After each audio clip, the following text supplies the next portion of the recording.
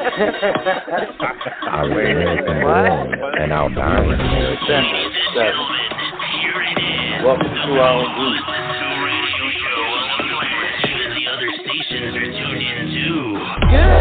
Welcome to Defender 7. And this ought to show it right here.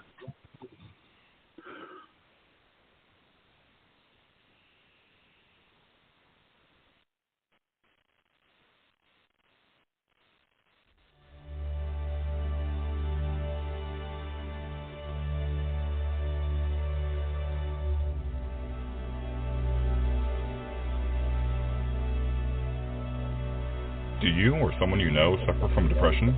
If so, please contact the National Suicide Prevention Lifeline at 1-800-273-8255.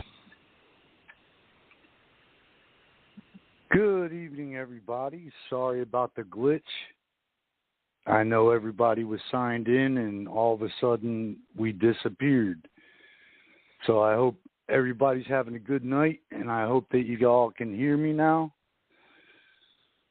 Now, before we get on with tonight's show, I have a disclaimer I need to read for those of you that are new just tuning in to our show.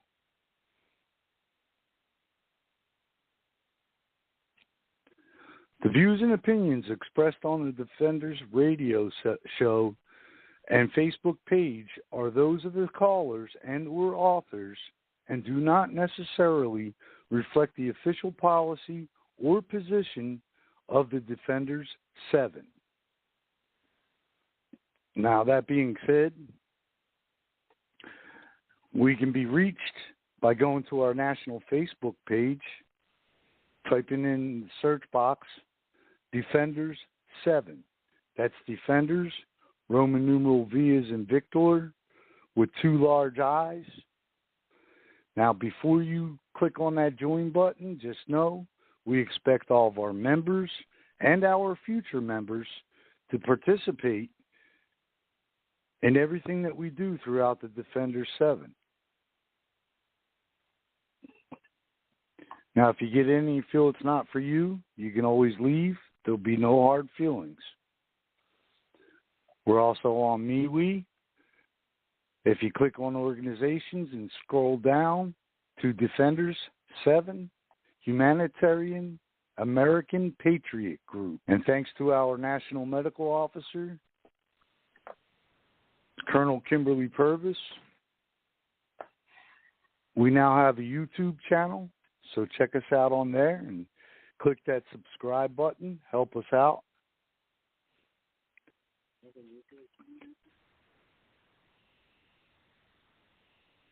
And for those of you new or forgot that we have our own website, type in all lowercase letters, www.defenders, Roman numeral V as in Victor, with 2 small i's.com. On our site, you'll see that we have a store and a donate button. 100% of all proceeds from sales from our store and any donations we bring in go back to our communities throughout all 50 states in a time of need. So please, by all means, purchase something or hit that donate button. It's the only way that we as the Defender 7 can help out in a time of need. We're not like the other groups where they only give 10% and they keep 90%. 100% goes back to our communities. Now, for tonight's show and all the shows we do here on Blog Talk Radio, we enjoy it when you call in and participate. Tonight's a very good topic, being that June is the month of the highest suicide rates in the country. That's veterans, first responders, civilians, even children. So call in. You want to tell a story. If it hit home to you, you know someone, call in and give us your info on it. We'll be happy to talk to you. And that number to call, area code 914-205-5773. Again, the number to call, and we'd love to hear from new people, so come on, people, call us up. Area code 914-205-5773. And now I would like to bring in my second in command, your Lieutenant General, Christopher Weathers, and good evening, everybody. Our Colonel, National Medical Officer, Colonel Kimberly Purvis.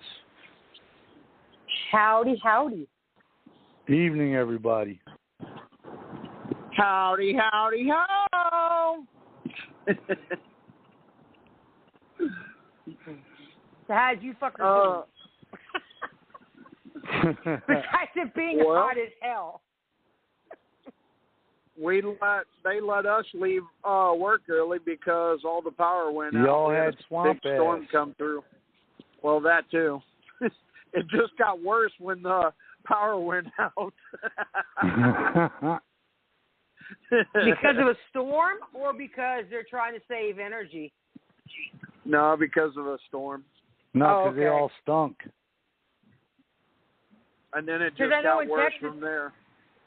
In Texas, in ERCOT County, they're shutting people's power off for 5 hours at a time. Well, we had a very big thunderstorm come through, and it knocked out a lot of power. So I wish it would storm here, but no, it's just 100 damn degrees. It was 100 degrees at 6 o'clock. Man, I don't even want to hear it. I've had swamp ass since 7 when I walked in the building. Wow. It's almost 100 degrees right now, and it's 7 o'clock. Same here. Yesterday was almost 140 degrees.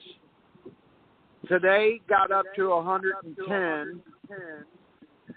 So inside my plant, swamp ass. It's supposed to be 102 tomorrow. Oh, joy. I don't care. I'm off work tomorrow. My kids are taking me out to eat, and we're going to go do something, go hang out. Oh, for Mother's Day? Ha, ha, ha. You so funny. Yes, let me reiterate that. Happy Father's Day to the fathers out there, and happy Father's Day to the mothers that take on both positions. Yep. I was going to say also, that don't goes forget, both ways. Yeah, the single fathers too.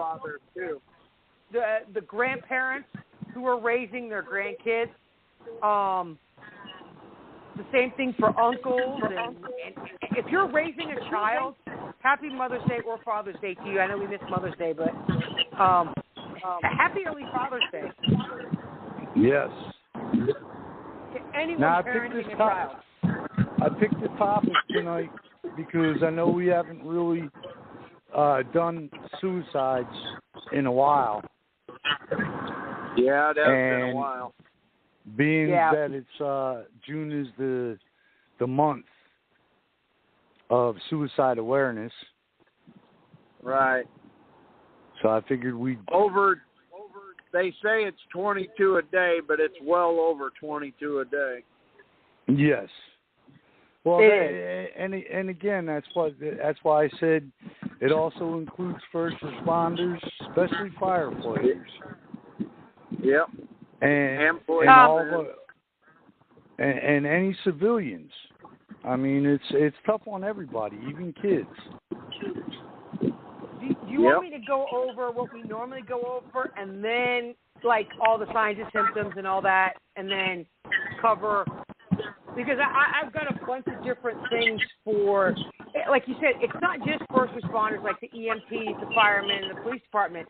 There's also a high suicide risk for domestic assault or domestic violence, people, and also for adults during COVID.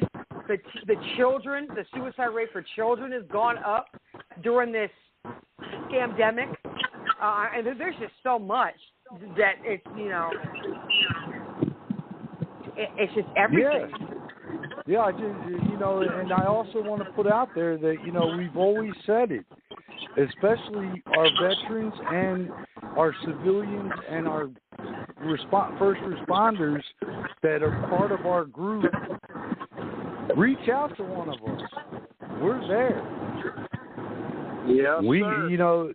Talking to another person going through it, or that has been through it and is continuing with PTSD, and it don't matter what the PTSD is from. It's always good to talk to somebody that's going through something that we may have already went through. I know I deal with PTSD on a daily, so. Yeah, I know. I don't know if mine is. Mine varies. Mine's mostly anxiety. I hate being around a lot of people I don't know. Yes, I'm the same way. If I'm at a gathering and I know everybody and there's like 30, 40, I'm fine with that. You see what I'm saying? I'm fine with that. I sometimes get a little weirded out. Well, it's been a while since I've had a family gathering or friends and family where there's more than 10 people, so I don't know. It's been a while. Now, I'm not saying if it's family members that just irritate you and make you want to just, like, pull your hair out. I'm not talking about those family members. But, well, if you think about it, we had, 35 people at my house for Memorial Weekend? Yep. Didn't we, Bobby? So, yep. Yeah, and there was only 10 of us at ours. So, and we were at the park, and we were at the range, and, it was okay. It was like people were spread out enough to be, I'm like, okay. So let me go over, so according to this research, this is about firefighters. Let's see. And this is, they don't have last year's, so bear with me. So 48 firefighters died while on duty, okay? And that's the average from their job itself, okay? But it dropped because it was about 65 a year for firemen to die during the line of duty. And since 9/11, of course, we know how many died during 9/11, quite a bit. And firefighters don't only go to fires. You get a call for a car accident, firefighters are there. I know, like, if there's a domestic violence, well, I don't know if they go out there for domestic violence or certain calls where they send people. So they have to deal with different types of trauma than EMTs and even the police department or veterans, in that matter. So there's long-term effects on firefighters' physical and emotional health. And I'm looking for, let's see, because they have the risk of cancer because of they're exposed to chemicals, asbestos, whenever there's a fire. So they're exposed to all of that, And I believe it was 228. Let's see. Hold on a second. Well, it's hiding it because I found it and now it's gone. Okay, so firefighters by deaths by cause of injury. 8% was crashes, 10% is other, 8% they've got struck by a vehicle, rapid fire progressions, explosions, 13%, falls, 6%, and 54% by overexertion, stress, and medical. And there's 228 suicides of firemen in 2019 because of job-related stress. So there's may not be as high as the 22 a day, but we need to remember they're under just as much stress on a daily basis for their job, because as a veteran, you serve, you do your time, and you get out. But as a fireman, that's like years upon years upon years of different things.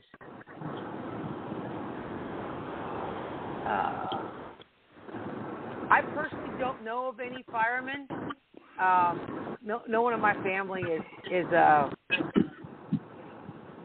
my bad. It was 119 firemen and 20 EMTs and paramedics who died by suicide in 2019. How many police officers? Do you have that info too? Yep, I got that. I think I got them confused. I think it was 228 police officer suicides in 2019 because of their jobs. And now think about it. Let me see if I can get one for this year or last year. Okay. All I can get is 2019. Okay. So that might have been go ahead. up by now, things with the scamdemic and everything going on. Well, don't forget all the riots. That too. And how they're treated. And from 9/11, they were the heroes of the day. They went in, they sacrificed themselves, and now it's like they're treated like crap. Honest to God, I think police officers are treated worse than Vietnam veterans when they came home. But that's just my opinion, That can vary. That can vary. True. I don't think they have a rate out yet.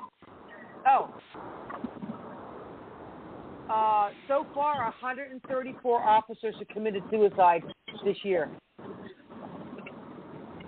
So far. That's a fucking lie. Yeah. I mean, we're only 6 months into this year. I know. It's ridiculous. I think I've got last year's as well. Yeah, as of December 30, well, crap. No, it doesn't have. I can't. They don't have last year's. They just have.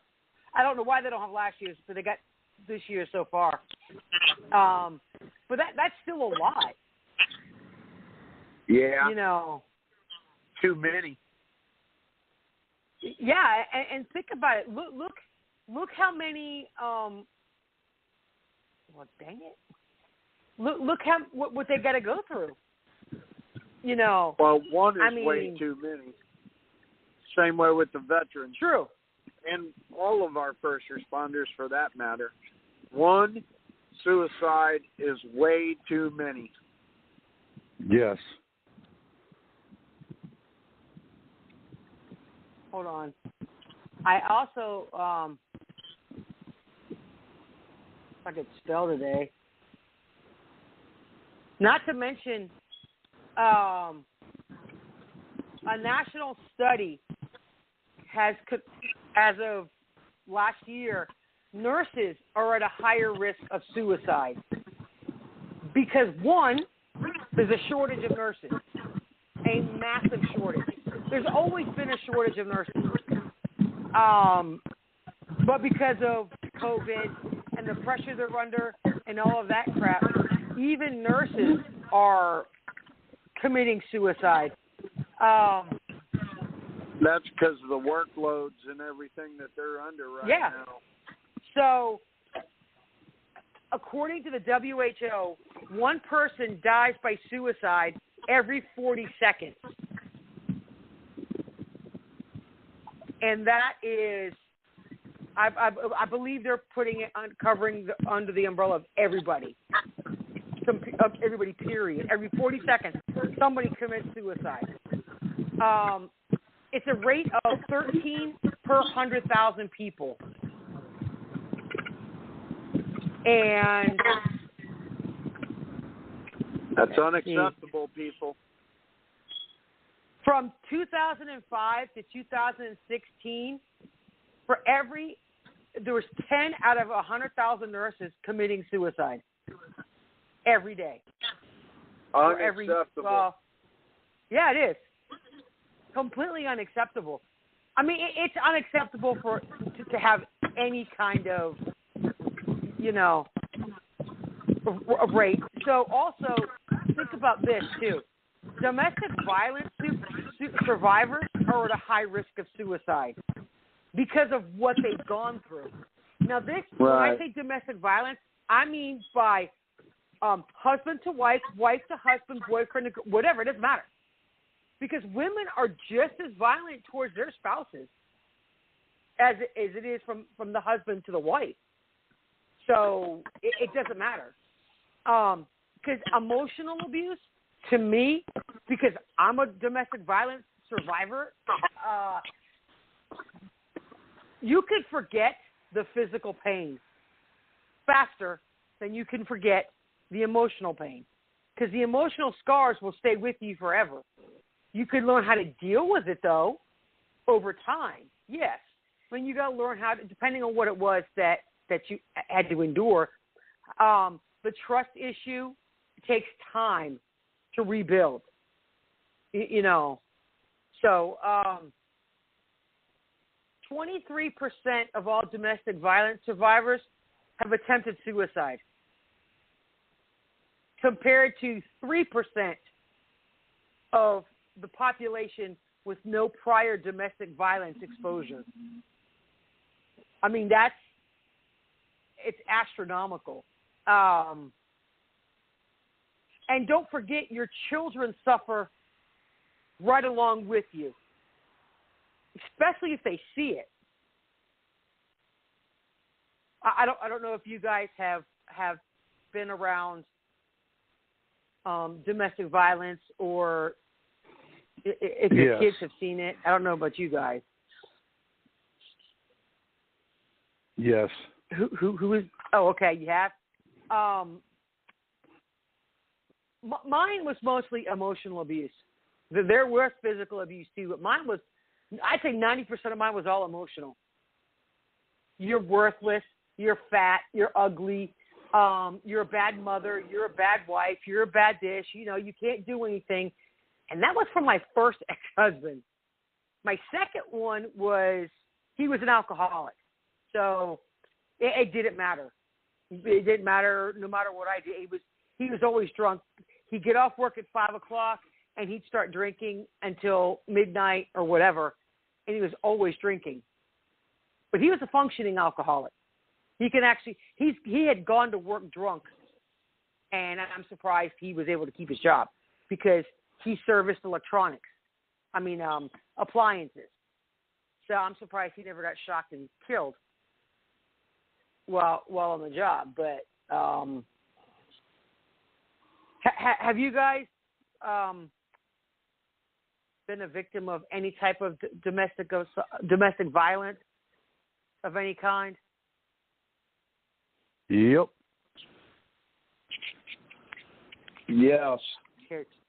Care to elaborate? Okay, and don't forget, it could also be from a parent to a child as well, or a child to the parent. Mine was from my ex.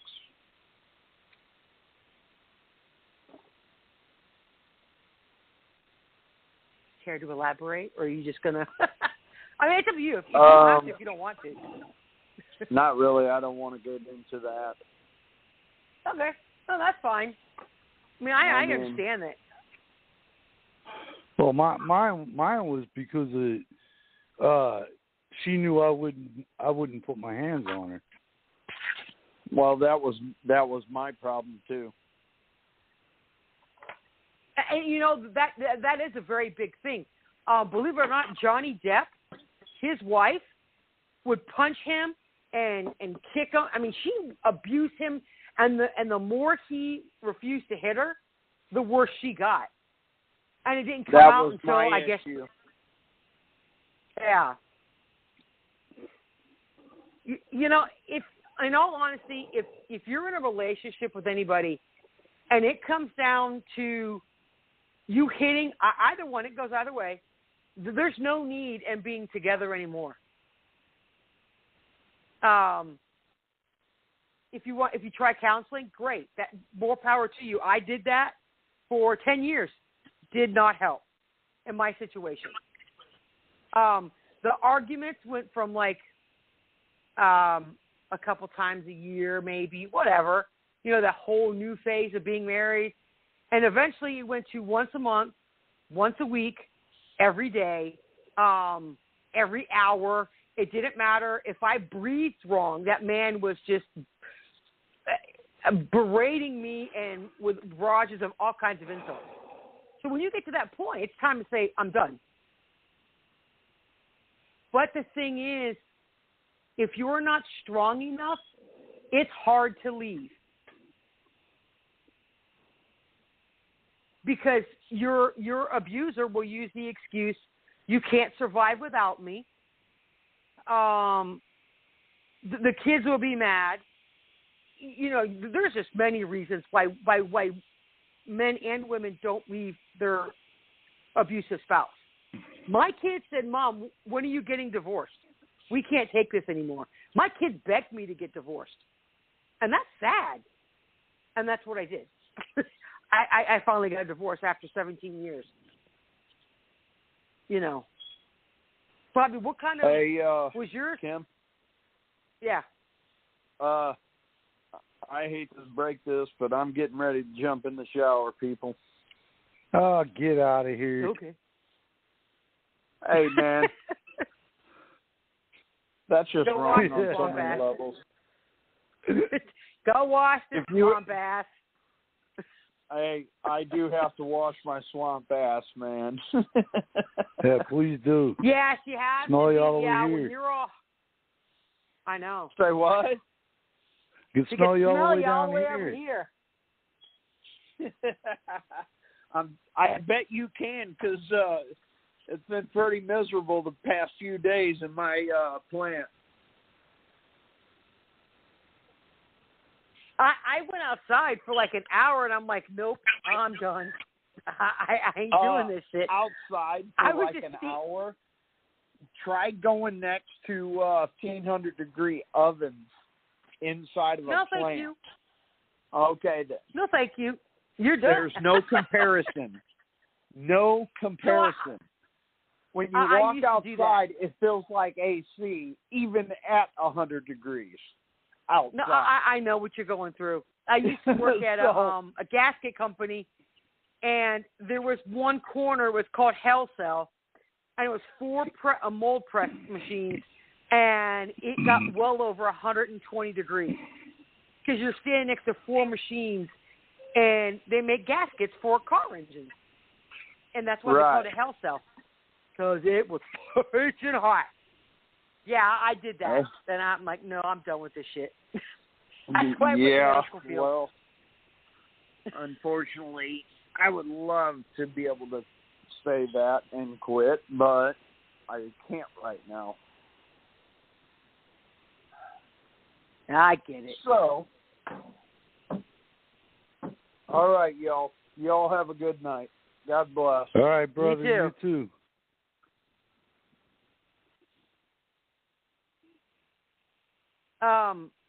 So Bobby, yours was from a spouse, right? An ex-spouse? Not a spouse. It was from my daughter's mother. Oh, well, same difference. True. So here's the thing. There's let's see. Hold on a second. Yeah, this is a really good website that I got, and it covers more than just. I mean, it's about the suicide rates because it covers child custody, childhood domestic violence, children and teens, elder abuse, ending. I mean, it's got everything in this one particular website. And I'll figure out how to. Actually, I'll just share this on our national page. But so because of during this scamdemic, with the children and the teenagers not being allowed to go to school, and also because parents are being stuck at home, everyone's getting on each other's nerves, which has driven up the domestic violence rate, but also the suicide rate. I've heard for children as young as 8 years old tried to commit suicide because this child could not get to school and be with his friends. So this was, I'm trying to look, okay. More male suicides were reported, and the mean age of the victims was, I doubt a 2-year-old committed suicide. Wow, this says 16-year-olds to wow, that's really sad. If a 3-year-old would commit suicide during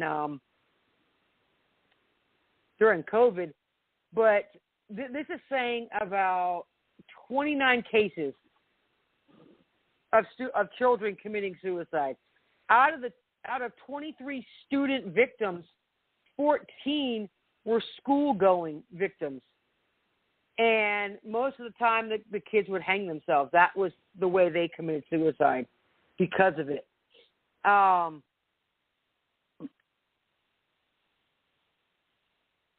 Wow. Get this. So aside from, also it's under bullying, kids can fall victim to bullying for any reason. I was bullied because I wasn't rich. And my mom shopped at, Kmart was the big thing back in the 80s. I got bullied for not having expensive clothes. Oh, I did too. You know, I mean, it was like, it's not like they were going, there weren't crappy clothes. It's just my mom didn't shop at Burdines, and all the high-end stores, So it's like, whatever. I survived. I didn't give a crap. And I never got picked on for having glasses. Never once. As a matter of fact, I got told I looked smarter because I had glasses, even though I struggled in high school. But the second most suicide stressor was because of TikTok, believe it or not. I know you don't like TikTok. I just do it because I like the funny, stupid, some of the dumb crap that's on there. And believe it or not, I actually get a lot of news on there. I've gotten to like it a little bit. Okay, one thing, I get a lot of recipes off of TikTok. A lot of food ideas. They got some great ones. They got some dumb ones. They got some nasty ones on there too. Believe it or not, you get a lot of I've got a lot of conservative friends on TikTok. You have different platforms, not platforms, but different algorithms. But the biggest thing that I've noticed, the people that are younger, and I say younger, I mean in their 20s, they're complete assholes on that app because they think they're the be-all and end-all of the world. And I say this, if you're a Gen Z or a millennial, don't take it to heart, but your generation suck. They're bullies, straight up bullies. And they will make fun of kids because they're autistic. they're fat, they're ugly, whatever. But guess what? There is this little thing in life called scroll right past it. You know, you don't need to leave a comment. And so that is leading to a high suicide rate for teenagers and children on that app. So, but the thing is, they don't even belong on that app. Kids under 18 do not belong on that app, period. If your children are on it, it's just like any other app, though. Exactly. True. But that's what I was just going to say. It's just like any other app. You got to watch them close. You can control more on Facebook than you can on TikTok because they get around it. But see, parents can do certain blockers.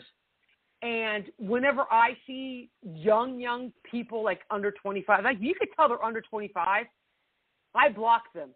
Not because there's anything wrong with them, but because I don't want young children on my.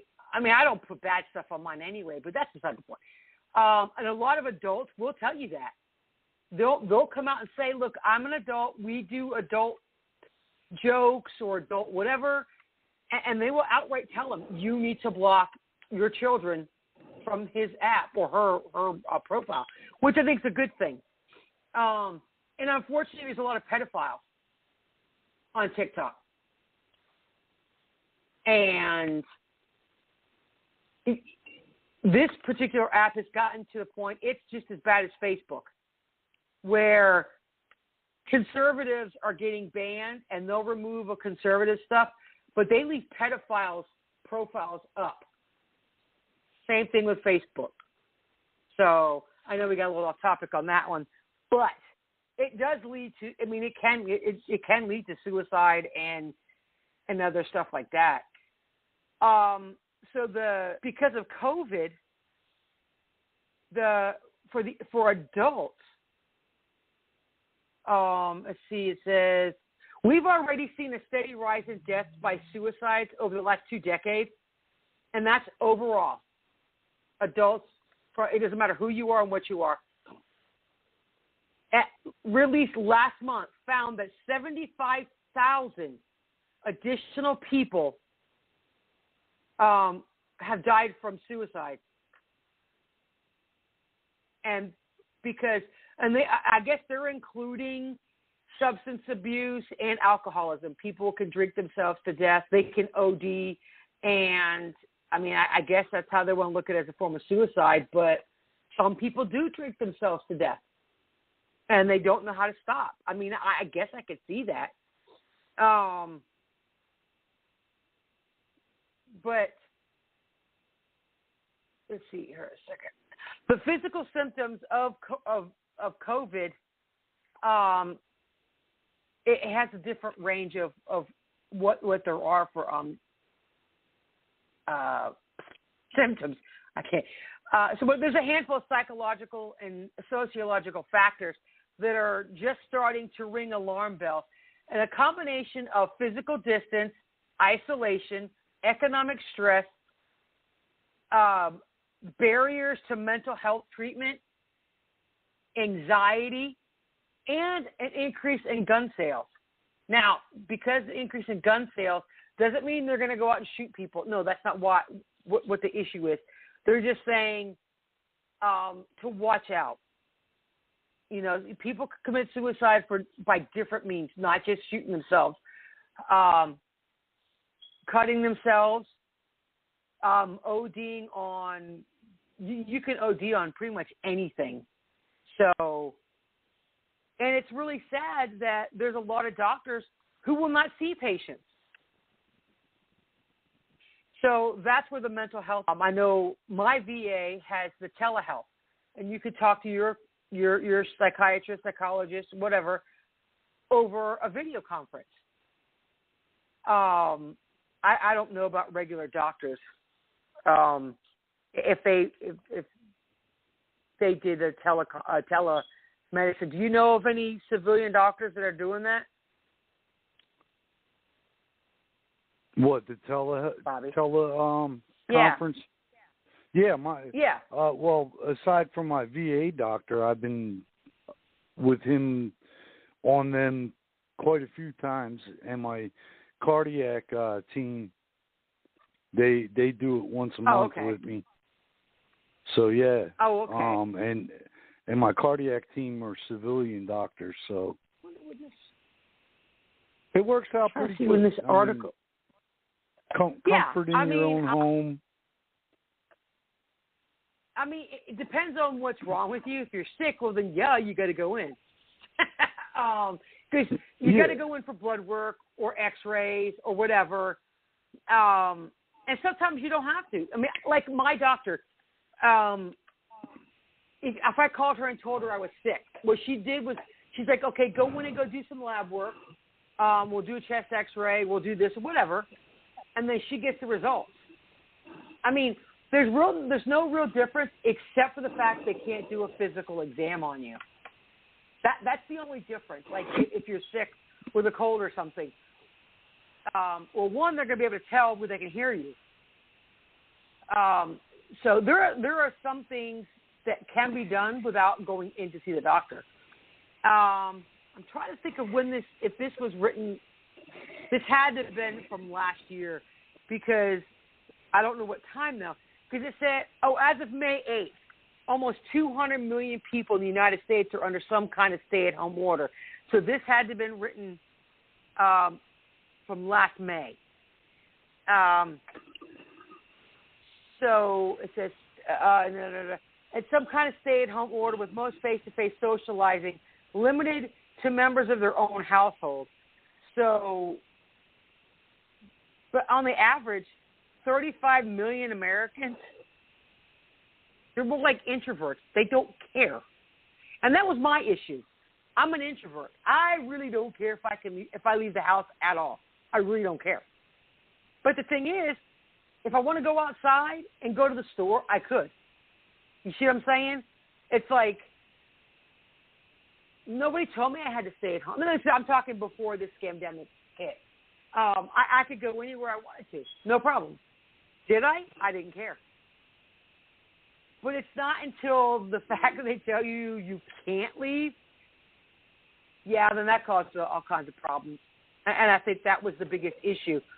Unlike Florida and Texas, I know Florida never did the stay-at-home order. Did Texas do it at all? Or were they just kind of shut down for the very beginning of it? I don't remember. Yeah, they just shut down for the beginning of it. Yeah, and see, Florida never shut down at all. Kansas only did 3 weeks, maybe a month altogether, but a lot of stuff was still open. So we really didn't do a shutdown.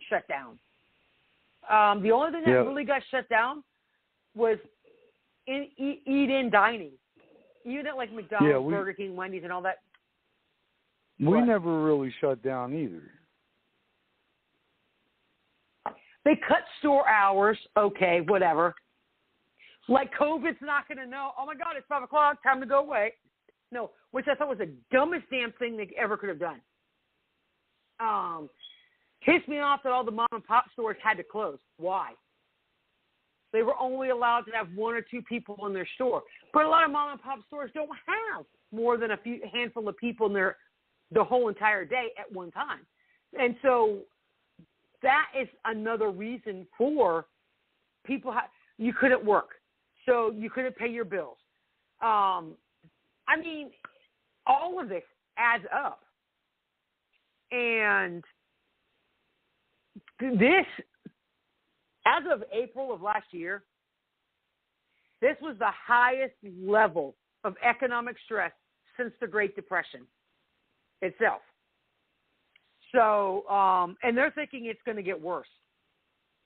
But, it shouldn't now. I mean, consider the fact that people are waking up, and not just in America. This is all over. That people are starting to wake up that this is all planned. All of it.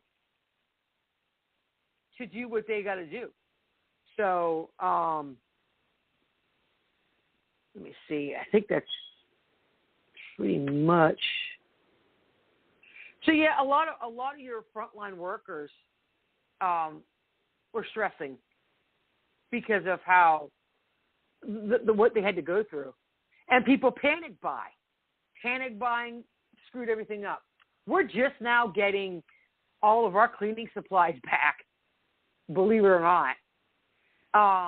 The price gouging. Everything has gone through the roof. So, excuse me. And so this is going to add to the problem right now. So let me go into. I did the PowerPoint and I posted it on. This is on PTSD and anxiety, so it's universal. Okay. This is not just related to veterans. So this is the generalized umbrella topic for anybody who can have PTSD. Everybody's got stress. Everybody has anxiety. I don't care who you are. And if you say you don't, you're lying. So here's some signs of stress. I mean, there could be other signs as well. Oh, hold on one second. Let me do this as a slideshow because I can read it better.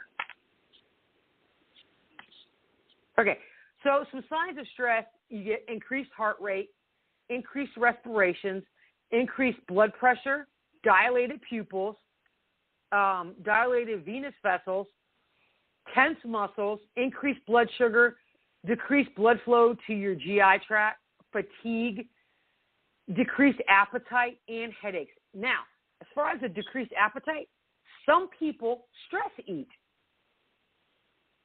Me, I'm the opposite. I get sick to my stomach. When I get sick to my stomach and my stomach gets in those knots, I don't eat. Unfortunately, my body has no idea that I don't eat. You could get insomnia, hypersomnia, irritability, and inability to concentrate. All four of those suck. Some people, like myself, I know, Bobby, I know you got insomnia. Everybody could get insomnia for different reasons. Mine is my brain does not shut down. It's always going. I swear to God, I have ADHD in my head, not my body.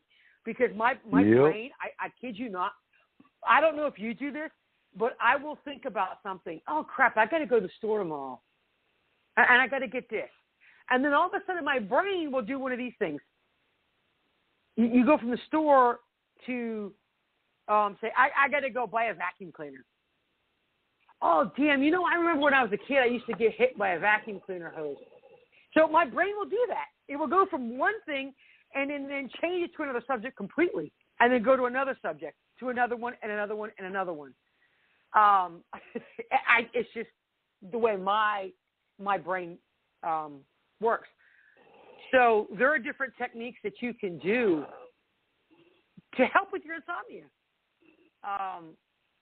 Now some people, like, I can't have caffeine after 8 o'clock at night. Well, I don't have caffeine anyway. I quit drinking coffee pretty much, except maybe twice a week now, because caffeine screws up my stomach. And I will not drink that sacrilege of decaffeinated coffee. I might as well be drinking water. Yuck.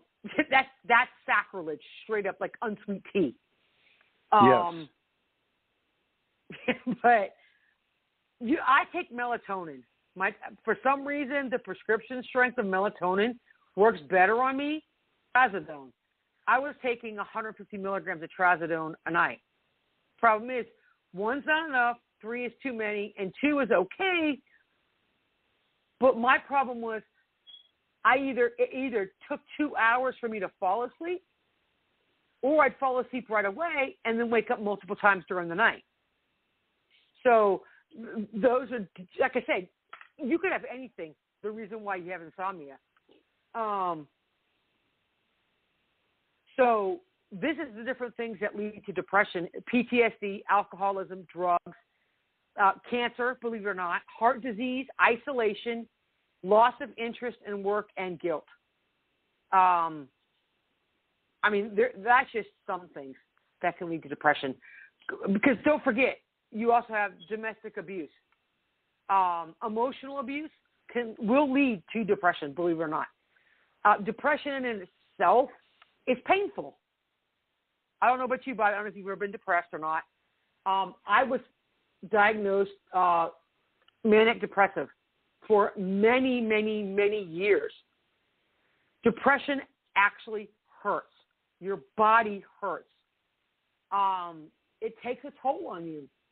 And so if somebody tells you that they're suicidal because they're depressed, don't berate them about it and say, oh, it's just for attention. No, it's not. Because some people can get to the point where they're tired of hurting as much as they're tired of the depression. It's something you can't control. So if you're one of those that have to be on antidepressants, anxiety medication, or go to counseling, journaling, I mean, there's different ways you can deal with it. So some suicide warnings. This is just a few. If you're thinking about killing yourself, hurting yourself, looking for ways to do it. If you think about death, dying, or suicide, self-destructive behavior, that can be, when I say self-destructive, because of excessive drinking, using drugs. You could be a cutter. A lot of young adults are cutters. They don't cut themselves to actually commit suicide, like when they slit their wrist. You try to slit your wrist. Okay, that's not what I'm talking about. Some people actually will use a razor, a knife, or whatever, and they just make little scratches, and it releases the pain, I guess. I was not a cutter, so I don't know. I actually hate pain. So one thing that some therapists, counselors, whatever, sometimes they'll tell people to put a rubber band around their wrist. If they get to the point where they're so stressed out and so much anxiety, people actually pull it and snap themselves.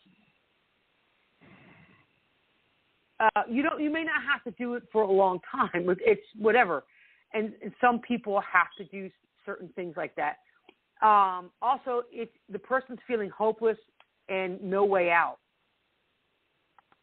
there's also anxiety, agitation, insomnia, mood swings. The person could say they have no reason to live. They could have a lot of rage or anger. So it's not just about being isolation and things like that. You could be very angry and have a lot of rage, and that's my issue. I have a lot of rage. I have to learn how to control it. I took that, was it CBT, cognitive behavior therapy or whatever it's called. I actually did that. It does help, but I still have. It makes you you have to retrain your brain on the way you think about things and go through it. So, engaging in risky behavior, increase in alcohol and drugs, withdrawal from family, decrease in personal hygiene. That's a very big one. Excessive sleeping and fatigue. But, excuse me. This last one, excuse me, giving away personal belongings. Now, look, I give away shit all the time. If I don't use it, I get rid of it. But what they mean by giving away personal belongings, I'm talking about your favorite necklace, your favorite, hell, it could be your favorite gun for all I know, your favorite book. Anything that you would never part with in a million years, all of a sudden you start giving away all of those things. To me, that's the biggest red flag out there. So, some ways cool, we got an hour. I'm not saying that you guys kind of de-stressing. You can do deep breathing exercises. Take a hot shower. Take a hot bath. Go hiking. Go for a walk. Go for a drive. Take a nap. A lot of times when you take a nap, you refresh your mind and your body. And sometimes that's a way to reboot yourself. You could go fishing, rock climbing, read a book. Try to think. Shit, I can't even think. Oh, cook.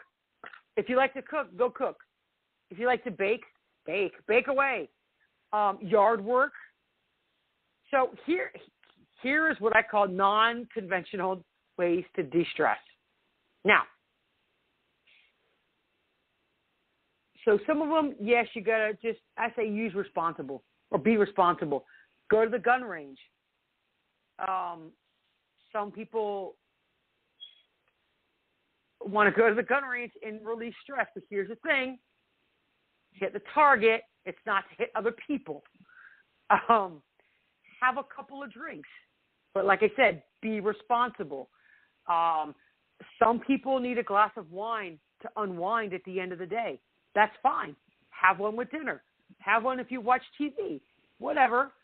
You know, some people like batting cages.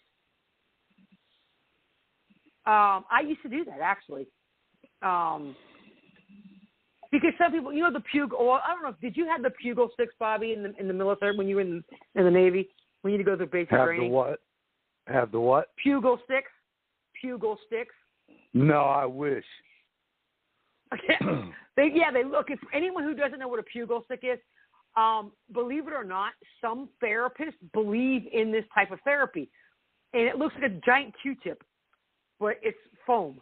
Okay, and you. And you has the batting or the foam, whatever, at the end, and you hold it and you put your hands right there at the end, and you can hit whoever. But they also, the other person will have one too. That was fun. My battle buddy, she clocked me upside the head and knocked me over, and I'm like, hey, what the hell? You're not supposed to aim for the head with Pugil sticks, okay? But yes, that does work. Pillow fights. I didn't even put that on here. But pillow fights. I'm trying to think of other disc golf. Because what you're doing is you're releasing energy when you do that. I used to scream. Grab a pillow, put it over my head or my face, and scream into the pillow. Sometimes you could go to your car and do it. Hell, I used to live out in the middle of nowhere, so it didn't matter if I screamed. Because you're releasing pent-up anxiety, anger, sadness, all of that crap. You're releasing it. That's why it's good to release your emotions, because some people actually stuff their emotions. And unfortunately, what happens is someone or something can hit you at the wrong. I don't mean physically hit you. Well, yeah, that could happen too. A bill collector can call you. God forbid that is the person that gets your rage, and you will snap. So that's the other reason why you don't want to keep your emotions in. Boxing, sex, hunting. Like I said, if you're gonna do all that stuff, make sure you're not shooting another person, unless it's paintball. By all means, I want to do paintball because that's fun. Oh yeah. I mean that's what I'm saying is find something that you enjoy. You could also try yoga, go to the gym. I didn't even put those things on there. Well, what the hell? I'm trying to think. Draw, paint, anything that you can use as a, which way I want to call it, an outlet. to get rid of whatever's in your body that you got to get rid of. I have, believe it or not, on my library of my music list, I've got everything broken down by genres of music. I have my Christian music. I got different types of Christian music. Of course, Christmas music. But I have rock, heavy metal, and Hinkle is the best one because if I was in a bad mood, Hinkle would give me a whole list of songs to listen to. And believe it or not, you have angry music, and he's good at the angry music shit. Five Finger Death Punch, right? Is that what it's called? That group, Five Finger Death Punch. Yeah. I got a bunch of their songs. AC/DC, Black, all of those groups have that type of where you could sing along with it and you could get out whatever it is that you're feeling. But I also have classical music. Don't get me wrong. I even have a sleep app that I love thunderstorms and rain, and it's got everything on it. Find that, and that also helps you go to sleep, believe it or not. And it plays for an hour, and it shuts off. So just know you're not alone. There's always someone available to help you. So the National Suicide Prevention Hotline, and I believe that the VA uses the same one, but you could when you call the VA, if you're a veteran, and you call the VA, they'll tell you, but it's 1-800-273-8255. If you forget that by any chance, call 911. It is their job to help you.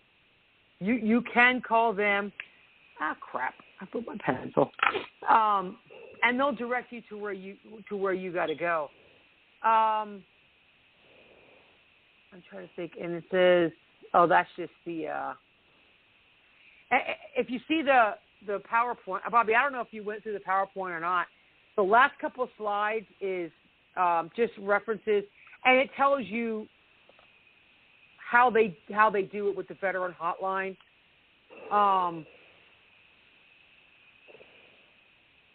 Let's see.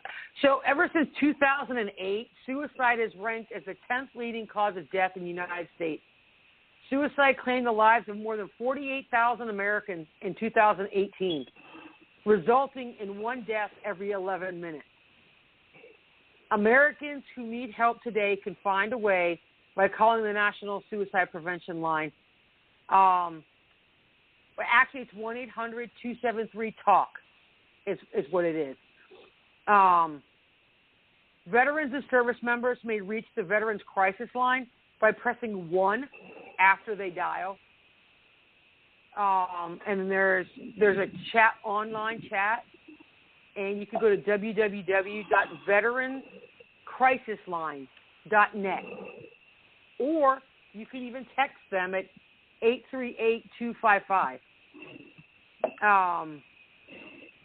There's 170 local and state-funded crisis centers, and the Department of Health and Human Services, Substance Abuse and Mental Health Service Administration administers the National Suicide Prevention Lifeline.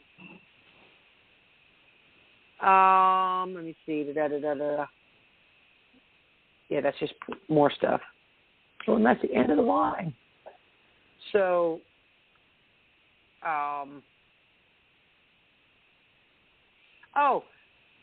there's also when someone who's, it's not just depression. When someone's terminally ill, that's a whole other ballgame. Because, like some of this says right here, they feel like a burden, and that could go with PTSD and depression, anxiety, and all that. But if you're terminally ill, that's when you need to speak to your doctor, because you just don't want to up and, you know what I'm saying, the Dr. Kevorkian style. But in all honesty, and this is just my personal opinion, okay, about depression.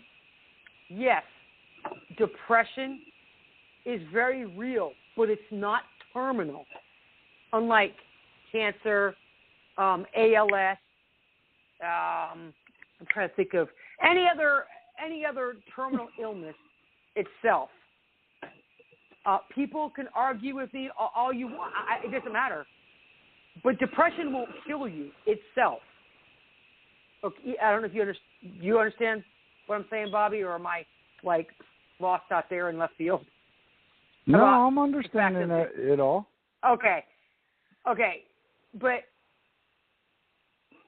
yes, depression can kill you if you stop eating, stop taking water and stuff like that. Yes, because eventually your body will shut down and you'll die. But the actual depression itself, PTSD itself, anxiety, will not physically kill you. What happens is your brain gets to a certain point, and you think that it will. That's why there's a big difference now between a terminal illness and a mental illness. So there's a very big difference in the two. The thing is, suicide is a permanent solution to a temporary problem. For those of you who are not depressed, anxious, have PTSD, no trauma of any kind, never, ever, ever, ever, ever tell anyone, just get over it. Because you will probably get throat punched or whatever. I know personally, I got tired of hearing that. It makes it worse on the person. The last person that told me to just get over it, I said, well, good, then I'm going to break your kneecaps and you could just get over it and walk it off. You can't. Will it last forever? No. It takes time.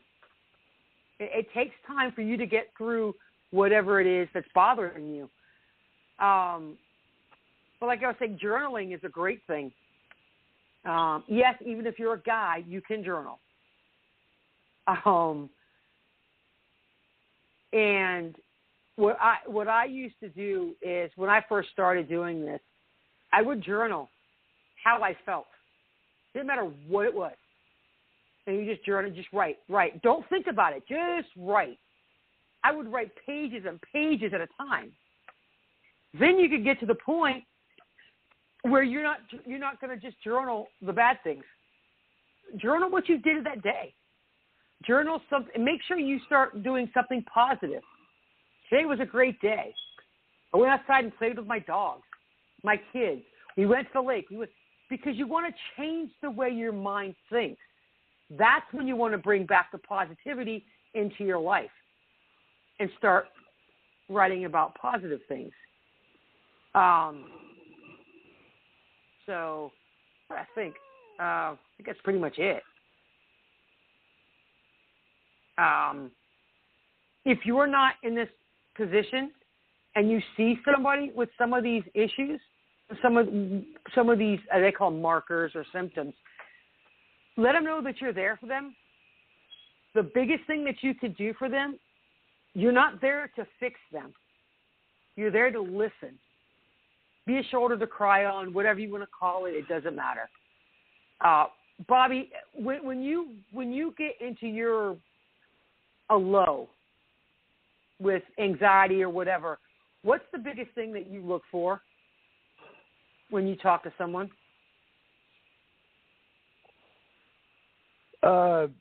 Just somebody to listen. You just okay. If I'm getting what you're asking. Well, yeah. Do you want them to give you advice, or do you want them to, do the I know how you feel? No, see that's another thing. Don't ever tell anyone you know how they feel unless you actually do. That's the difference. Right. That's like a domestic abuse victim going to someone who's never been abused and having that person say, I know how you feel, when you have no clue. You can empathize with somebody. I'm sorry you're going through this. How can I help you? It's and the other thing is, I don't know about you, but I always had, not always, make sure the person you're talking to is the right person. If they act put out by taking time out of their day, then don't talk to them. Make sure the person you talk to that you can trust, that they're not going to go back to somebody else and say, oh, my God, can you believe this? So-and-so thing is, no, you just broke the trust barrier right there. And that's why we have issues. I know I do. I have trust issues.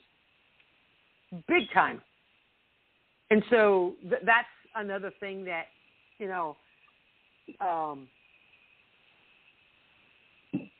and as far as children and teens,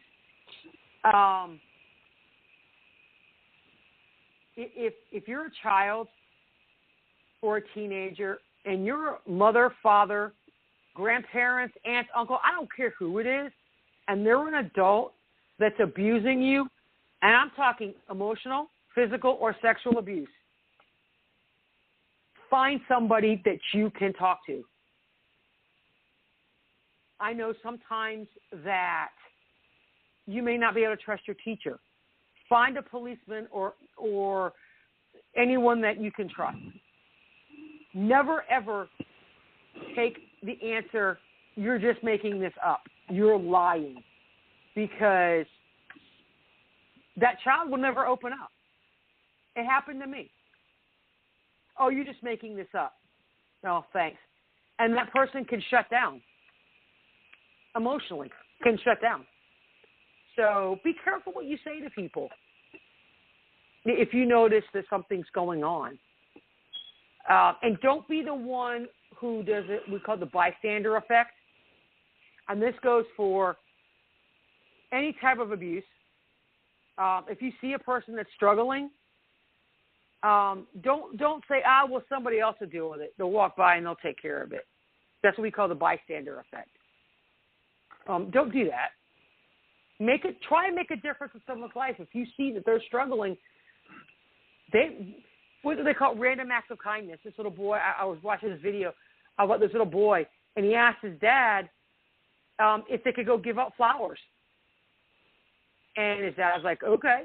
So they went and bought a bunch of carnations, and they handed them out to people. And believe it or not, this one woman that the little boy handed a flower to was at the lowest point of her life. And that little boy made a difference because he just stopped to say, here, this is for you, and being kind to that person. So you never know. Even a homeless person. Been there, done that.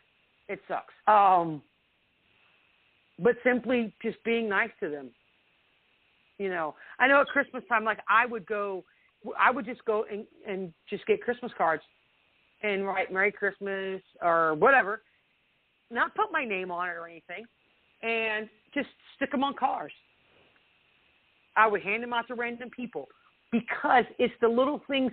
We've got so much shit going on in this world right now. There's so much negative that we need more people to be positive with all of this negativity. And it's hard, but it can be done. So, are we the only two on? Slackers are off? Yeah, well, apparently Lorna said she tried to call in and she just hung up, so I'm trying to get her to call back. Oh, okay.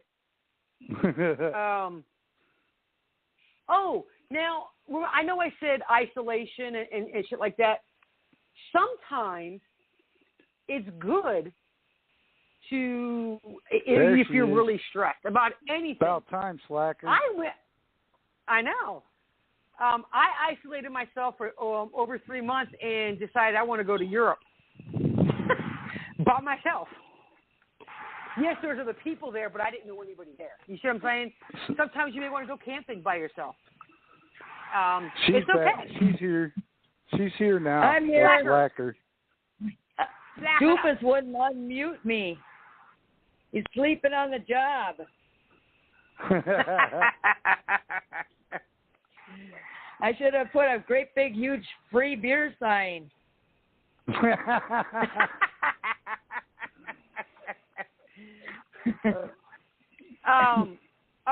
I know this is hard. Limit news and social media because of all the negativity out there. Like I said, limit how much. You know, if we got rid of the news, we would probably end racism and political problems. If we got rid of the news, if we only reported the weather and important things, I think a lot more problems would go away. What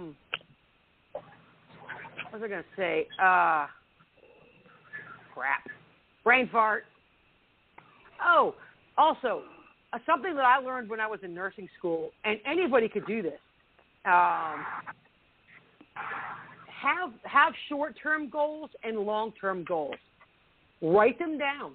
Or get a dry erase board or whatever kind of, I don't care what kind of board you do. Write down long-term goals. Actually write them down. And then write your short-term and long-term goals. Reason being is because it's something positive that you can do to help keep you focused. Like a short-term goal would be go to bed at 10 o'clock every night. Set that goal to go to bed at 10 o'clock every night. It could be to get up at 7 a.m. It could be not hit your snooze alarm 400 times. Pay your bills on time. I mean, anything. It could be anything. A long-term goal can be go 30 days without having a panic attack. Anything. It doesn't matter what it is. Be creative when you make when you do that. So Slacker, how's it going?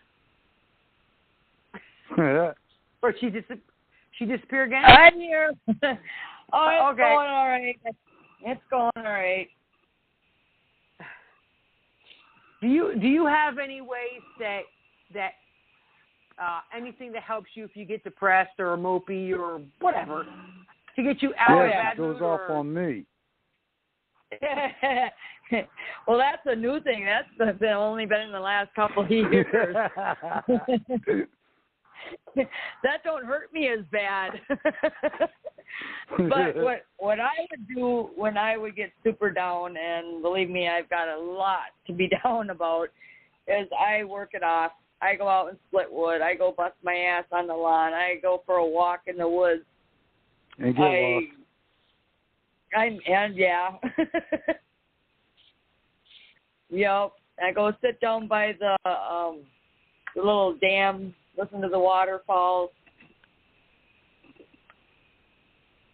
Yeah, I mean that's and like I said, you could be down because of your bills are piling up, your car broke down, you don't have a vehicle. I mean, anything can get to people. I mean, it's just, but it's not the end of the world. But normally, like if I'm having a bad day at work, and I just start laughing. Then people look at me like I'm nuts, but I'm telling you, it works. Well, laughter is the best medicine, believe it or not, and it's also contagious. Oh, yeah. It really is. Also, the other thing is, what is it? Don't, like I say, it's only temporary, because guess what? There's always somebody who has it worse than you. Yeah, and what I tell people is life is a test, and if you pass that test, you just turn around and ask, okay, bitch, bring on the next test. I aced this one. Yeah. And and one positive way to look at it if you're depressed, anxious, or whatever, guess what? You survive. Once you get to a point where you can deal with it, it's basically, you're never going to get over it. You will never. Once you get to a point where you have anxiety, PTSD, guess what? You're never getting over it. You learn how to cope and deal with it. Big difference. Exactly. For me, for myself, I have other issues that nobody knows about. My mom and my oldest daughter are the only two who know about, and that's okay. The last person, one person that I told that I was suicidal, got up, did the ultimate slap in the face. He stopped talking to me, got mad at me. Well, people don't know how to deal with people just don't know how to deal with situations like that, and they panic. Oh, true. Now, don't get me wrong. I get life is precious. Trust me, I know that. But the thing is, now you know how to cope. Like, that's why I say make a goal list. Well, they say hindsight's 20/20. Well, mine's not. Mine's like 250, 100. Because I'm blind as a bat. But you now have lived through it. So I actually learned this from a movie of all things, a freaking movie. And this was not any movie, just any movie. This has got to be one of the dumbest damn movies I have ever seen in my life because of my son, who forced me to watch it. There was a basketball coach, and he said, what was it? It's about your past, okay, about how this person was. You can't get over your past. You can't get around it. You have to embrace it. It's part of you. It's who you are. So you could be, let's say, I'm trying to think. You were an alcoholic. Once an alcoholic, always an alcoholic, right? You're always going to be one. And that's why most people that are alcoholics can never drink again. You can't change what you did in the past as being an alcoholic, right? All you can say is, I'm an alcoholic, but guess what? I survived. Because it's become part of you. And that's how you get through things. Same thing can go for PTSD.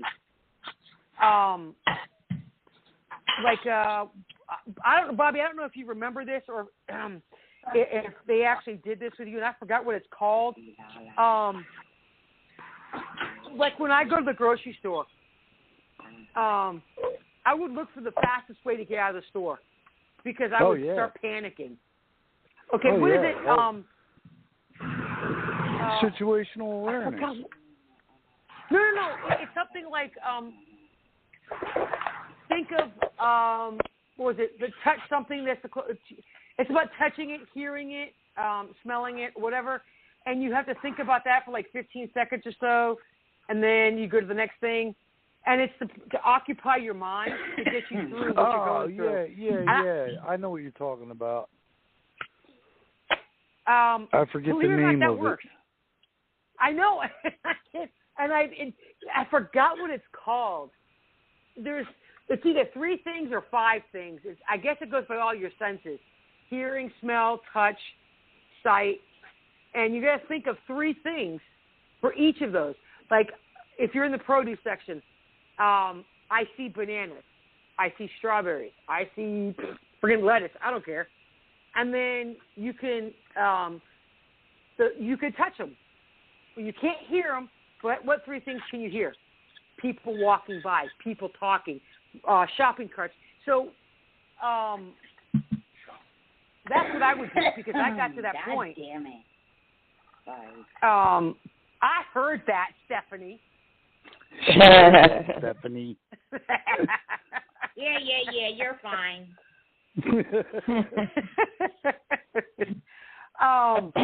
But yeah, I would panic so bad. I started getting chest pains, cold sweat, I'd start shaking, and I would zip through the store. And my son's like, "What the hell, woman?" And and he's like, "Dude, if you have a heart attack right now, I'm going to kill you." I'm like, "Gee, thanks for the love and support." And as soon as I get outside and get in the truck, it stops. So I would do those things just to get through it. Sometimes I would avoid congested aisles. I'll go down an aisle with one person, and that's it. I avoid those aisles just because people are idiots. They won't get the hell out of your way. Well, that too. I don't have road rage. I got shopping cart rage. I've got road rage. I got road rage really bad. But here's something that people need to remember. You ever go? You're in a store. You're in the mall. You're wherever, and there's an elderly person or a handicapped person in front of you, and they're walking really, really slow. Just think, one day you're going to be old. No, when it comes to the older people, I'm not like that at all. I mean, when I was a little girl, that's who I used to hang around with. And now, a few weeks ago, there was this older gentleman, and he started talking to me, whatever, and he walked really super slow, and I was checking out. He was checking out in the aisle next to me. And I just sat there and talked to him, and I walked slow right along with him all the way out to my truck. And I know damn well I made this day. Oh, yeah, and that's all it is. Well, like I say, that's what, like, the random acts of kindness. It could be anything. Holding the door for someone. I always do that. That's just a habit. Well, true. And now, don't forget, there's also those people who walk slow because they just want to be lazy. Those are the ones that get under my skin. I just walk right around them. Exactly. Yeah, I hate that shit. It's like when you're a pedestrian and you're walking in a crosswalk. Yes, you have the right of way, but does that mean you're going to walk like you got molasses up your ass? No. Walk with a purpose. Maybe that's my problem. I walk with a purpose because I was in the military. I have longer strides now, and I'm like, unless I'm in an aisle looking for something specifically, and I got to, that's different. But I've used that same mentality in work. Do your job with a purpose. Walk with a purpose. My biggest pet peeve, and it drove me nuts, I know we're getting a little sidetracked, but that's okay. I can do that. How many times have you ever been in a hospital, right, as a patient or seeing a family member, and you ask for pain medication or something for nausea, whatever, right? You know what my biggest pet peeve is, and I'm a damn nurse. And this is what drove me. This is why I hate working in hospitals. My patient would call for pain medicine. The first thing I do right away is get up, go acknowledge what they need, and go back and get it and give it to them. Have you guys ever had any type of, in the medical field or whatever, where they just take their sweet-ass time, 30 minutes later they come in your room? What do you want? Yep. Okay, one, I can guarantee you they're not that damn busy. I know. Don't get me wrong. We do have emergencies. It could be friends. But the thing is to acknowledge your patient and say, hey, I'll be there as soon as I can. I got a little emergency, and I'll be there right away. That's perfectly fine for me. The emergency room is the same thing. But, yeah, that gets under my skin. I have personally seen nurses who will sit there and finish a conversation they were having with another nurse or a doctor before they get up and take care of their patient. Really? No, that shit don't work. I I can't say I've had that problem because I never go to the doctor, but waiting for a beer, that's another one. Or waiting for your food at a restaurant. But that's what I'm saying. There's different things that each profession does that irritates the shit out of you. Now, think about it this other way. You're in your car, and you're in busy traffic, and an ambulance comes up behind you, or a fire truck, or a police officer with their sirens on, and you just sit there and you block traffic. What is that doing? That's stopping them from doing their job to get to whoever. And that causes issues too with people. So it's all about being polite, being nice to people, because it could be you one day.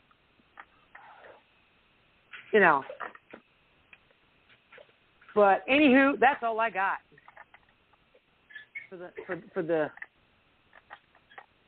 show. Now, you were talking about depression medication. No, yeah, that's something I don't know. That's some scary shit, because usually every first side effect is suicidal thoughts. Yes, sometimes it is. And that's why you have to watch out for it. I've been on... Okay, here's the thing. Prozac is the oldest antidepressant there is known to mankind. Well, guess what the side effects of Prozac are? Besides weight loss, because that's originally what they used Prozac for, was weight loss, believe it or not. But they found out the side effect of Prozac is helping with depression. But there's a lot of people who can't take Prozac because it makes them very homicidal, which was me. My mom was the same way. It does increase your rage and things like that. So if you're put on antidepressants, it's not the end of the world. 9 times out of 10, your doctor will start with the lowest dose and work their way up. Now, I think I'd learn to tolerate weed before I took any of that shit. Well, honestly, I had no choice. I needed to be on antidepressants. I had to be. I couldn't function without them. But the difference is, if you have a good doctor, they will pay attention to how you are. Because antidepressants, you are not supposed to feel anything. And what I mean by that is, it takes roughly 3 weeks to get a therapeutic dose into your body. Effexor is the last one. I quit taking Effexor. I got tired of taking it because I've learned how to cope with everything around me. So I weaned myself. I never just stopped taking a medication. You have to get weaned off of a medication. But I was able to function without crying every day. That's what I mean when you're not supposed to feel it. You're not supposed to have these highs and lows, like amphetamines and barbiturates and all that crap. You're not supposed to be manic where you're all over the place. That means you're not on the right medication. If you feel drug out, like as if you took a sleeping pill and you're groggy, you're on the wrong dose or the wrong medication. It's no different than taking blood pressure medication, if you know what I mean. Well, I don't know about you, Bobby, but my blood pressure medication keeps my blood pressure down. That's it. Oh, yeah. I have no side effects from it. That is what antidepressants are supposed to do. Now, if you could get to the point in your life where, and my antidepressants didn't do shit for anxiety because that's not what they're for, which is why I still take my buspirone, because it helps with anxiety. But my doctor gave me both together, and some people need that. what the hell is the one for nightmares?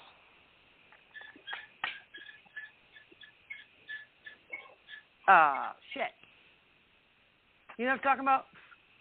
Trazodone? No, Trazodone's for sleep, but Prazosin is for nightmares or night terrors. They took me off of that one. I don't know why, but they took me off of it. But it did work. It did work for me. It helps suppress your night terrors. And the other one that a lot of PTSD people end up taking is shit. I forgot what it's called. Damn.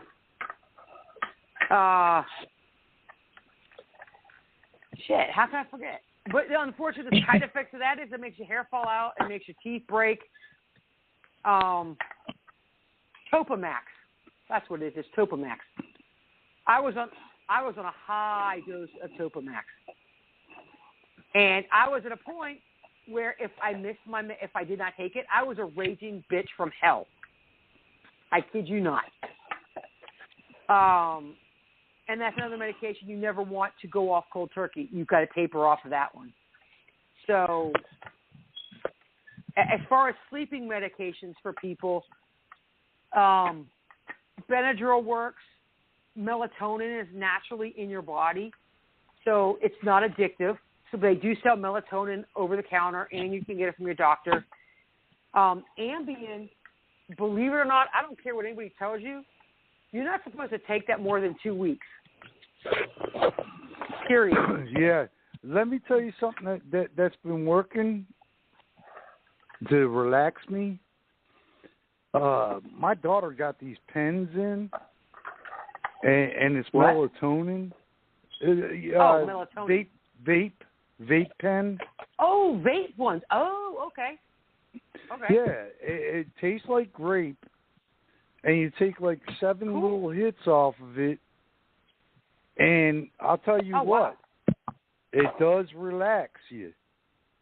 And there's no THC or anything like that in it. It's straight up melatonin. Oh, okay. Oh, another thing, lavender. Lavender incense, lavender oil works like a charm. Yep. That's why they put lavender and baby lotion and baby wash. Because chamomile it too. Relaxes. Yeah. What you call it? The lavender. I used to have the lavender oil, and you put it in the with a little candle. You could do it that way, or the incense, or the wax melts. It's just something. If you want to be the all natural, those are very good things to use. But personally, I went off my Trazodone. I told my doctor I'm tired of it because I don't want to be that dependent on something like that. And the thing with sleeping medications, it's not meant to be a lifelong thing. That's why I said Ambien, you're only supposed to be on it for 2 weeks. And if it doesn't fix the issue, then they go to something else. And that's why I like doing the melatonin. And Benadryl don't do shit for me. The only thing I take that for is allergic reactions to whatever.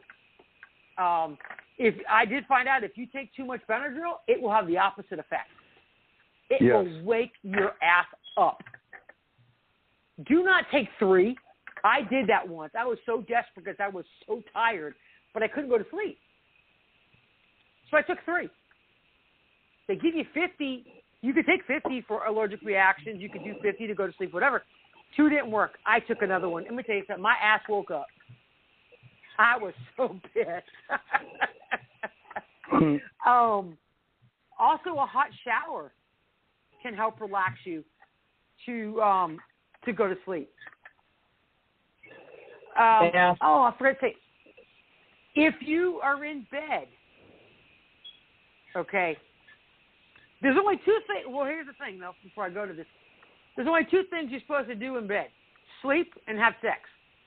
If you're not having sex, oh, well, I'm sorry, I don't either, but that's beside the point. But that's it. Do not stay, if you stay in your bedroom, get a chair. Sit in your chair. I don't have a TV in my room. It's in the living room. I know a lot of people have TVs in their bedroom.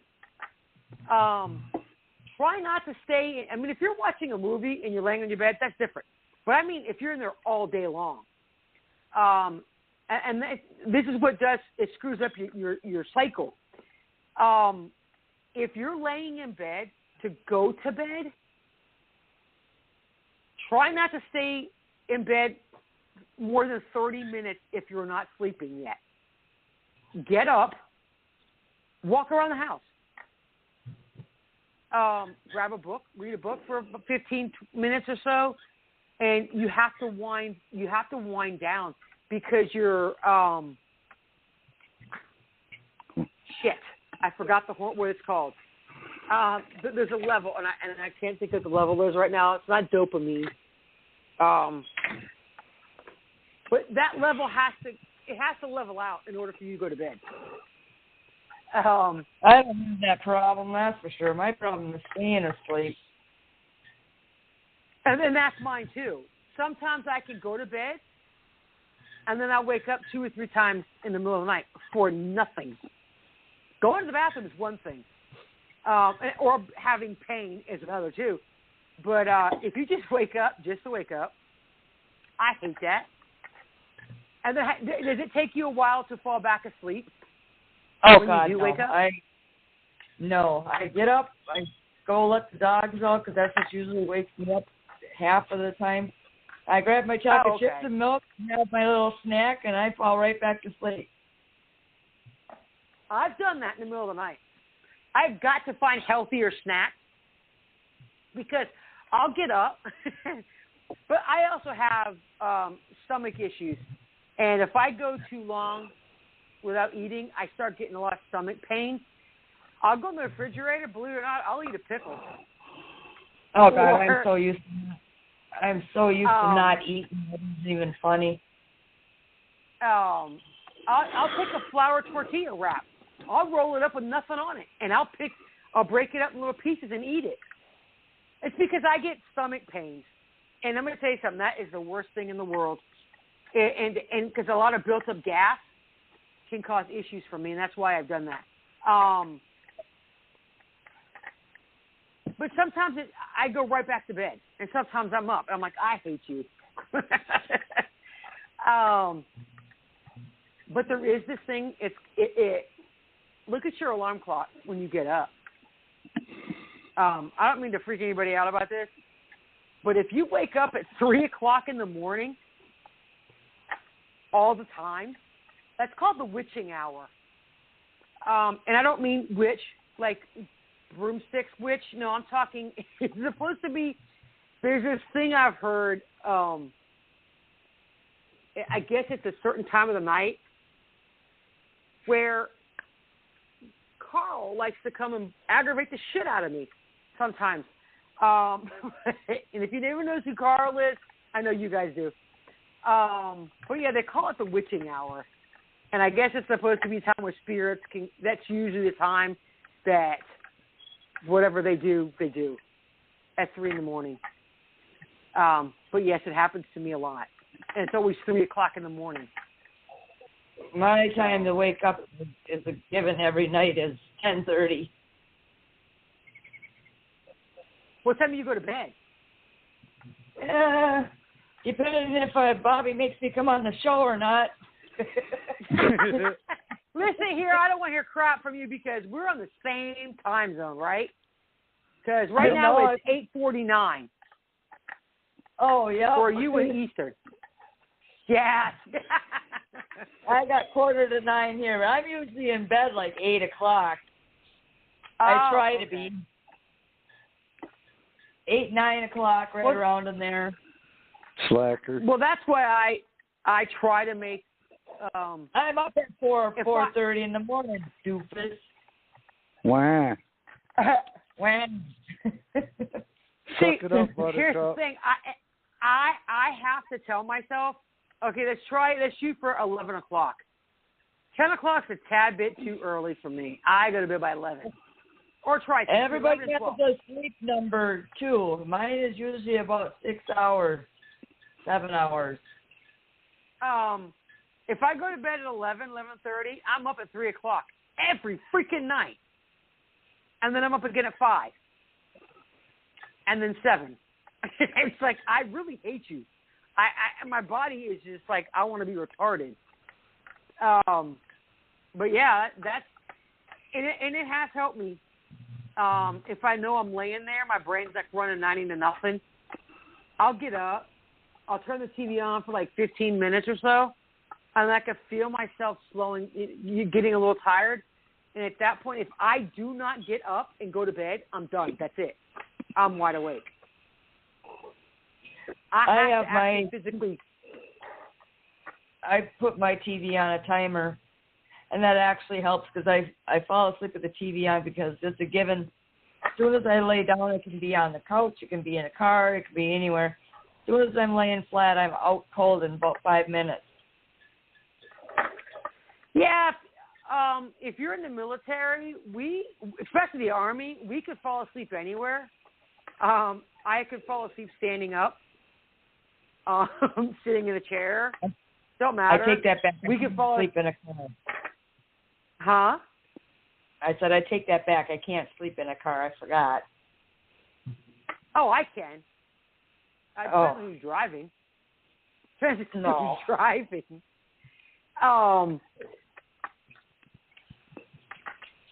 Excuse me. What I was going to say. It's not sleep. Well, crap. I forgot. Also, for those who have the issue of, but like I need at least 6 hours of sleep to function. I cannot get more than 8. I need that between 6 and 8 hours. God, sleep. I haven't had 8 hours of sleep in I don't know how many years. If I'm sick, I will sleep all damn day.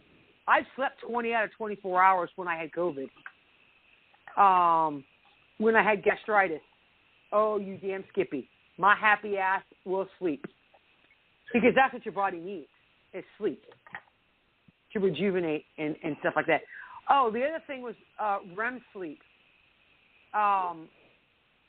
You have to have a certain amount of REM sleep in order for your body to be refreshed, rejuvenated. You have to have that REM sleep. And that's that deep, heavy sleep. Because you have the before, when you're first dozing off and stuff, and then you have that middle part. That's the heaviest sleep you're going to get. Pretty much catatonic. And then you have the part where you're waking up. So, yeah.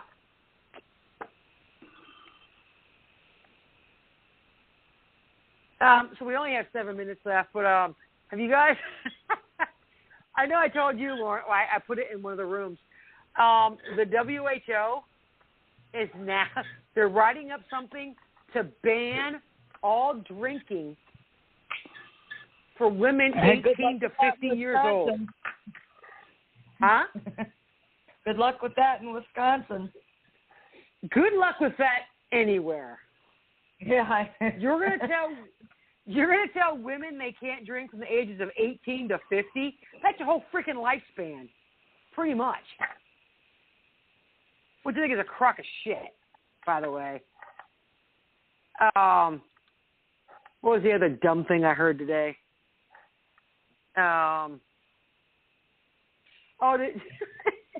Did you hear Biden's brilliant speech? He gave Putin a list of 16 things he cannot hack. How about none of it? You just gave an open season shopping list for hackers. Did you guys hear that? Have you guys heard that? His little speech he gave? I haven't been on TV or Facebook too much. She's been drinking. I didn't watch the actual speech because I can't stand to hear the moron speak, or Harris, but, yeah. I saw the little snippet of how he told them not to, hack these certain things. Yeah, sure, pal. And the FBI is going to Green Berets, former Green Berets or whatever, to infiltrate groups. Good luck with that. And the encouraging people to tattle and snitch on American citizens, Trump supporters. Like that one woman, I don't know who the hell she is, who said, if you fly an American flag, you're a white supremacist. So she thinks that you're only supposed to fly the American flag on the 4th of July, Memorial Day, Veterans Day, and that's it. So you're a white supremacist if you fly the flag, or you're an extremist. So I know. I don't really care. I got mine outside right now. I do what I want to do. But yes, they tried that. They tried that in 2011. Believe it or not. They wanted American citizens to snitch on each other. And they tried it, and it didn't work. And now they're trying it again. So. Well, with all the people out there, it couldn't happen. Yep. All right, we're down to 3 minutes. Good deal. But again, another great show. And any veterans, first responders, or civilians having thoughts or depressed in any way, reach out to one of us. We're always here to help. Yeah. And Kim, thank you for all the knowledge. Oh, no problem. Lorna, thank you for showing up late. Showing up as always. Hey, she showed up. Hey, yeah. Love I'm y'all. For my check have a great Have a great night. God bless you. God bless America, our kids, first responders, veterans.